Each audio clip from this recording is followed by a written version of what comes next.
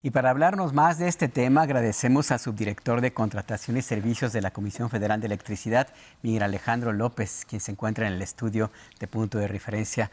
Subdirector, buenas noches, bienvenido, gracias. Buenas noches, Alberto. Bienvenido. Muchas gracias por la invitación, como siempre. Nos queda un minutito antes de irnos al corte, vamos a seguir la conversación, Claro que pero sí. en una probadita, inversión histórica, casi 20,000 millones de pesos. Hoy el presidente nos dio la oportunidad de ir a platicar sobre el rescate de CFE. Hablamos un poco sobre el diagnóstico, sobre la CFE que tuvimos, que sin realmente poder hacer una inversión histórica de casi 20,000 millones de dólares, no hubiéramos podido recuperar la capacidad de generación. Entonces, esto nos ha permitido pues no caer al valor del 16%, que era ahora sí que el destino que iba a tener la Comisión Federal de Electricidad si no se tenía esta inversión, y podemos decir que hemos cumplido la misión. Nos encargó el presidente, y que para finales del 2024 la Comisión Federal de Electricidad va a estar generando el 54%, y con las nuevas centrales que adquirió el Gobierno de México, para el 2026 vamos a alcanzar hasta el 63%. 63% en muy poco tiempo. Y estábamos viendo en la presentación que hacen hoy un poco cómo encontraron la Comisión Federal de Electricidad, que prácticamente era como un instrumento para hacer negocios de las empresas. Si no estuviéramos en este punto donde vamos a alcanzar este nivel de generación en manos del Estado, ¿en dónde estaríamos? ¿A dónde se dirigía?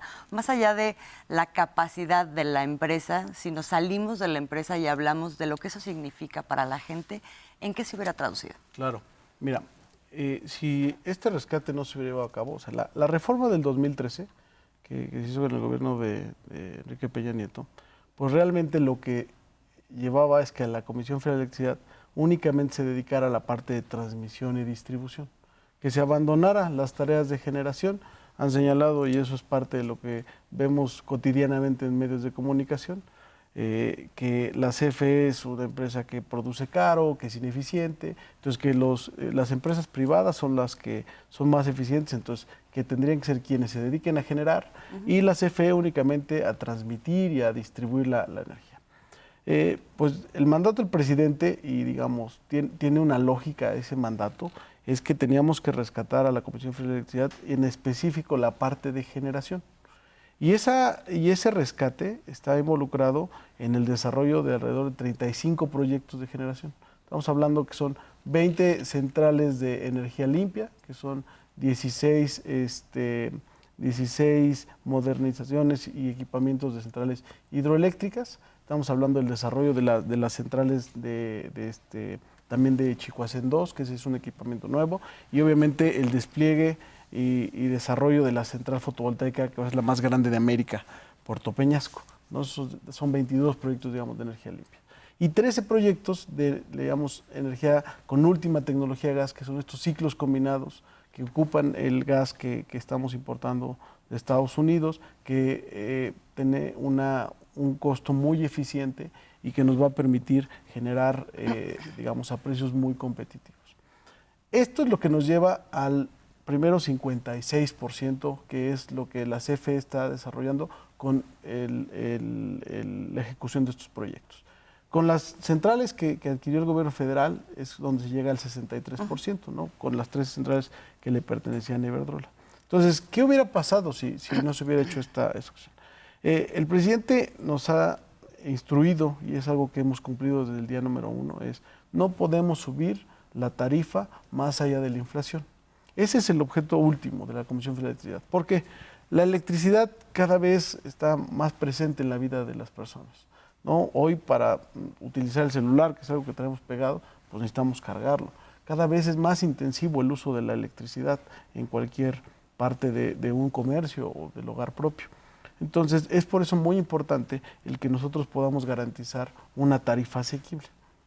Si nosotros no hubiéramos hecho eso, y aquí traemos algunos datos, si nosotros no hubiéramos hecho eso, estaríamos hablando de que el valor económico de liberalizar la tarifa, ¿qué quiere decir liberalizar? Quiere decir que sea el mercado la que la define, no una tarifa que define el Estado con una visión de un subsidio que garantiza el acceso a la población. Estaríamos hablando que en toda esta administración los hogares, los comercios hubieran tenido que pagar alrededor de 400,000 millones de pesos. Eso es lo que se hubiera trasladado a los hogares, al pago de los hogares. Te voy a dar algunos ejemplos. Por ejemplo, tuvimos un vórtice polar que afectó, digamos, el principal suministro, que es el gas, y tuvo con ello incrementos importantes el precio del gas. Bueno, pues la CFE enfrentó esos incrementos importantes, no los trasladó a la tarifa, se mantuvo esa tarifa y la CFE fue quien lo asumió. El caso de la pandemia, viene la pandemia y entonces pues mucha de la gente se refugia en su hogar, empieza a consumir más electricidad y lo que ocurre con la tarifa que hoy está aprobada es que si rebasas cierto nivel de consumo, cambias de tarifa a la llamada tarifa de alto consumo, que es una tarifa mucho más cara. Entonces, el presidente nos instruye que no hagamos ese cambio y que sigamos manteniendo las tarifas subsidiadas, aunque haya este incremento en el consumo, que tiene un efecto, ¿no? El caso del huracán Otis, que ahí la CFE directamente apoyó, no cobrando las tarifas y el consumo en el caso de Acapulco y las zonas afectadas, ¿no? La atención a la hora de calor que acabamos de tener. Entonces, si hacemos la sumatoria de todo lo que ha enfrentado CFE, estamos hablando de alrededor de estos 400,000 millones de pesos. Que si estuviéramos en otro mercado, como un mercado como el español, donde tal vez hay centrales que pueden hasta especular con el precio de la energía, reduciendo su capacidad o buscando meter combustibles más caros, pues eso automáticamente los incrementos se van trasladados al consumidor. Entonces, pues ese es el valor de tener una empresa como CFE en México y esa es la importancia de defenderla, de rescatarla y de fortalecerla. Además, la generación de la llamada energía limpia, como le llaman muchos, y sobre todo en algunos medios de comunicación, que se refieren a la eólica, a la solar, por ejemplo, y que se planteaba como la alternativa que debería seguir México, tiene una cierta inestabilidad. Es decir, si no hay luz, pues no hay electricidad, y si no hay viento tampoco se genera. Ese también hubiera sido un escenario que hubiéramos tenido que enfrentar en algún momento, desabasto fuerte de electricidad en México. Por ejemplo. Sí, mira, creo que lo que comentas, Alberto, es muy importante, porque es parte de la desinformación a la que nos hemos enfrentado. Parece ser como que la CFE, o así la quieren hacer ver, que la CFE está buscando producir caro, producir sucio y, digamos, todo eso con plantas viejas, ¿no? Esa es la retórica que se maneja, ¿no?, cotidianamente. Y entonces parece que tenemos una lucha contra las tecnologías, o sea, desdeñamos la eólica o la fotovoltaica. Y realmente CFE no está peleado con eso. No por nada estamos desarrollando Puerto Peñasco, que va a ser la central fotovoltaica más grande de América. Sin embargo, CFE está desarrollando la central como se tiene que desarrollar.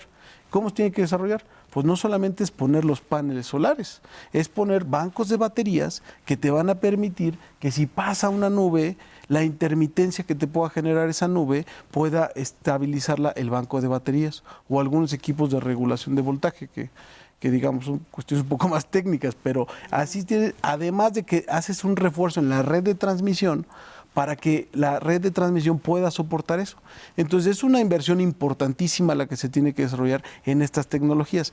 ¿Qué es lo que pasaba? Que los permisos de generación que se estaban dando en la administración pasada, pues no pedían que se involucrara este tipo de refuerzos en la red o de equipos adicionales como los bancos de batería, y se decía de manera indiscriminada, te doy la autorización de que te puedas conectar aquí, aunque eso implique que pongas en riesgo la red.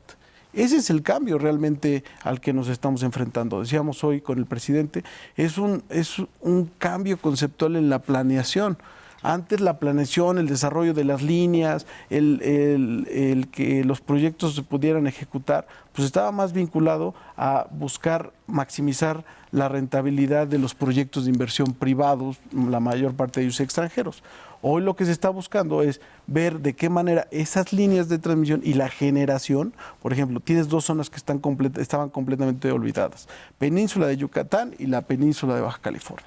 Hoy la planeación que está desarrollando CFE nos lleva a que sabemos que tenemos que colocar centrales de ciclo combinado eficientes que puedan generar de manera barata, desarrollar obras de transmisión que permita distribuir toda esa energía y además llevar combustibles baratos.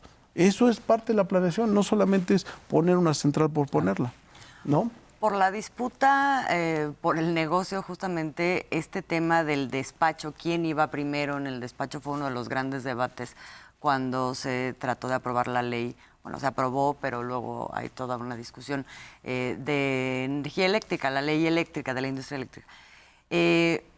Todavía existe un marco regulatorio que permite el desorden que existía en un principio, y mi pregunta sería, de alguna manera lo que han venido haciendo en términos de inversión es mitigar los efectos de ese desorden a través de esas inversiones para generar esos respaldos? Tal cual, es así. Está perfectamente explicado. ¿Por qué? Porque lo que estamos buscando es, digamos, cuando hablamos de las inversiones en las centrales hidroeléctricas. Las centrales hidroeléctricas es energía muy estable y limpia. ¿Por qué es muy estable? Porque tú tienes un embalse, es decir, agua acumulada, que en cualquier momento tú abres la presa y te pones a generar. Entonces, eso automáticamente le permite darle una estabilidad al sistema. Entonces, estamos invirtiendo en qué? En modernizar nuestras centrales para que nos puedan durar otros 50 años, ¿no? Ya platicamos el caso de Puerto Peñasco, pero las centrales de ciclo combinado de última tecnología, que son muy eficientes, ¿qué quiere decir que sean eficientes? Que tú con la misma cantidad de combustible puedas generar más electricidad, ¿no? Porque son de última tecnología. Si por cada unidad de combustible tú puedes, digamos, tener una eficiencia del 70%, cuando las energías viejitas pues nada más podían tener una eficiencia del 30%. Entonces, eso nos permite tener una generación firme, constante y barata. Por eso es que estamos jugando con la matriz de generación.